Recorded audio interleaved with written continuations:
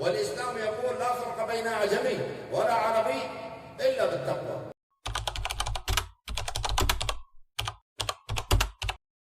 فنحن أمة إسلامية، والإسلام أول ركن في الإسلام هو الشهادة، والشهادة لا تنطق إلا بالعربية.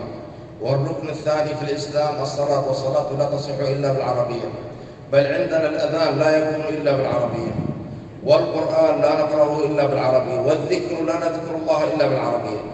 فيجب أن نتعامل مع العربية على أنها لغة ثقافتنا، ثقافتنا متجسدة بالعربية.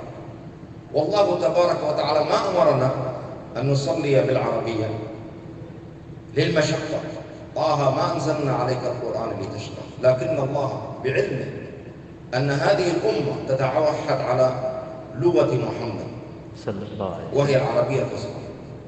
فعندما نجعل الطالب بهذا الفكر، بفكر ثقافة نشر العربية، كيف نجعل العربية ثقافتنا، والثقافة حقيقة يعني اللغة تجر إلى الثقافة، والثقافة تجر إلى الفكر، والفكر يجر إلى العقيدة، والعقيدة تجر إلى الدين. فكم من الناس ممن غير لغته إلى لغة غير المسلمين ثم تثقف بثقافتهم فتعدى إلى فكرهم ثم إلى عقائدهم ثم دخل في دينهم. هذا الكثير. فعندما نتحدث عن هذه اللغة لا نقول أنها لغة العرب، قطعا ليست لغة العرب فحسب. بعد بعثة محمد صلى الله على محمد صارت لغة المسلمين، لكل دين لغة.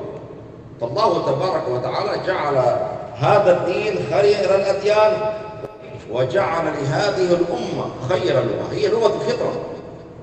أول لغة نطق بها آدم عليه السلام كانت العربية، بل أول كلمة قالها كما ثبت في الحديث الحمد لله، كما جاء في حديث النبي عليه الصلاة والسلام لما خلق الله آدم ونفخ فيه الروح عطس فقال الحمد لله.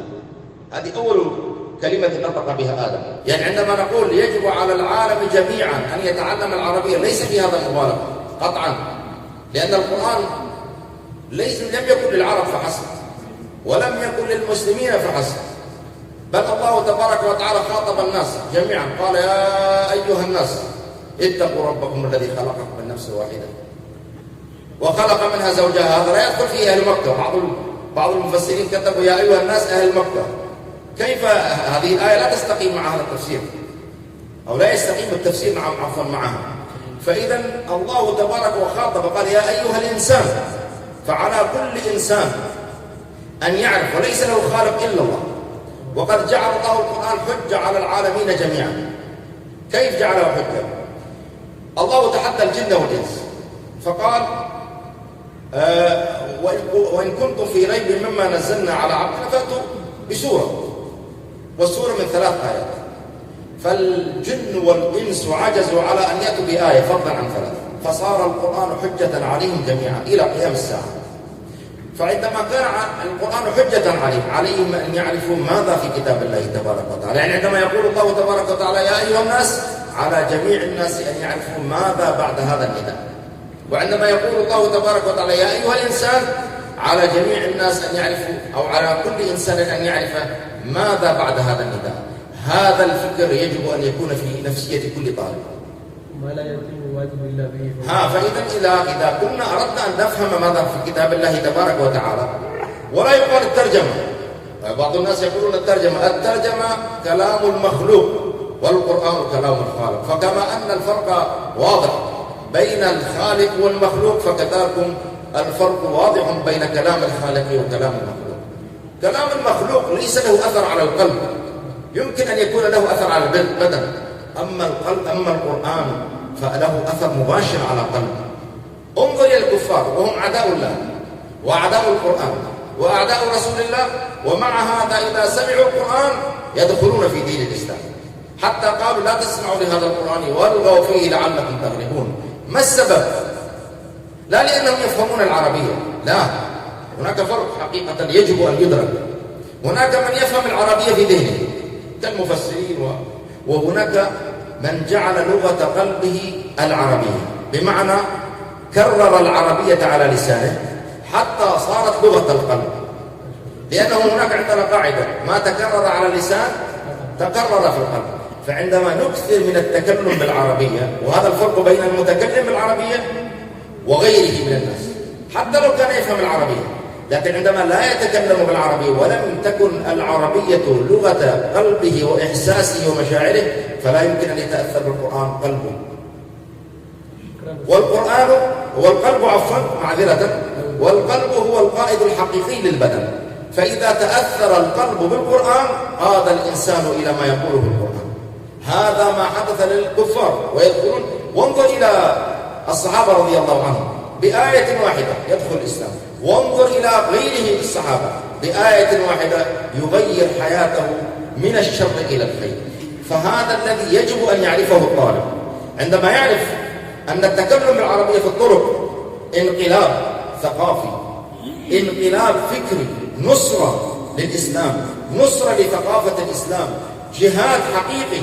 هذا حقيقة جهاد، تطبيق سنة، إحياء سنة.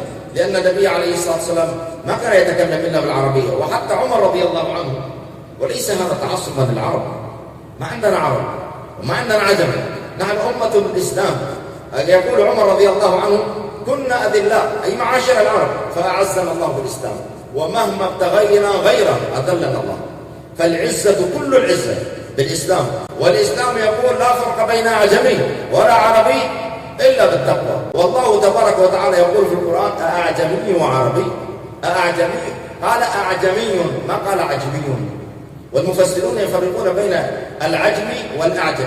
فالأعجمي الذي لا يتكلم بالعربية الفصحى وإن كان نسله من العرب، والعجمي الذي ليس نسله من العرب وإن كان فصيحا. فالقرآن لم يفرق بين العجمي والعربي، وإنما فرق بين الأعجمي الذي لا ينطق بالعربية الفصحى. فلذا وهكذا كان الصحابة رضي الله عنهم، كل من دخل في دين الصحابة رضي الله عنهم انماعا في دينهم وفي نفس الوقت في لغتهم. سلمان الفارسي بدأ يتكلم بالعربية، وكذلك بلال. وهكذا كما ذكر الشيخ بأن الشعوب بعد أن دخلت الإسلام اعتنقت العربية لأنها رأتها جزءا من دين الله تبارك وتعالى. وهذا عمر رضي الله عنه يرى رجلا يطوف في بيت الله الحرام وتكلم بلغة أعجمية، ما صبر حتى قال له: التمس إلى العربية سبيلا. عندما يعرف الطالب أن اللغة التي نحملها نحن يجب أن تصل إلى العالم جميعا، يجب أن يتعلمها العالم جميعا ليدرك ما في كتاب الله تبارك وتعالى. وإذا كان هذا على وجه العموم فهو للمسلمين على وجه الخصوص، وعلى الطالب على الوجه الأخص. وعندها يستطيع أن يستفيد من كل كتاب، من كتاب الفقه ومن كتاب أصول الفقه ومن جميع الكتب التي هي كتبنا كلها بالعربية.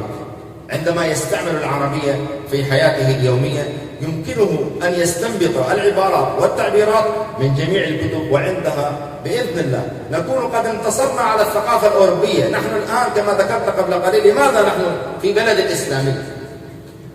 عزل لأجل الإسلام، استقل لأجل الإسلام، واللغة الإنجليزية تطلعت فيه إلى النخاع.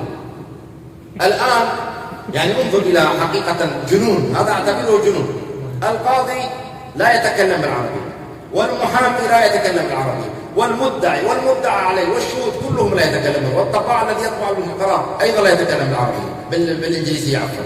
ولكن مع هذا تجد القرار يصدر بالإنجليزية. أي جنون هذا؟ لماذا هذا التكليف؟ لماذا هذا التعنت؟ الكهرباء عندنا، دائرة الكهرباء جميعا لا تجد أحد يتكلم بالإنجليزية وإن كان قادرا على التكلم بالإنجليزية. لكن مع هذا تأتينا الفواتير للأسف الشديد باللغة الإنجليزية.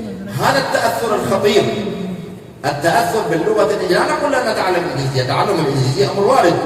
من تعلم لغة قوم أمن مكره. الرسول صلى الله عليه وسلم أمر أحد الصحابة أن يتعلم السريانية فتعلمها ب16 يوما كما ثبت ذلك في الحديث. القضية ليست في تعلم اللغات، القضية كما قلنا بالتعلق بالثقافة التي تؤدي إلى الفكر. ولذا نحن نعيش هنا في هذا البلد وتجد بعض الأفكار الغربية، تجد بعض الأفكار الهدامة تهد هذا البلد وتكسر بيضته من غير أن نشعر. فلذا حقيقة يجب أن نؤكد على هذا الأمر، على أن العربية لغة ثقافتنا ولغة فكرنا، وعليها نتوحد ونقوى.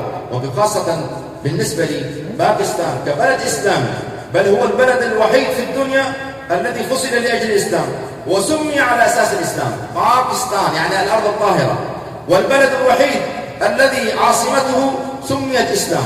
هذا هو الأجدر حقيقة أن يستعمل العربية الفصحى، وبإذن الله وبفضل الله إن شاء الله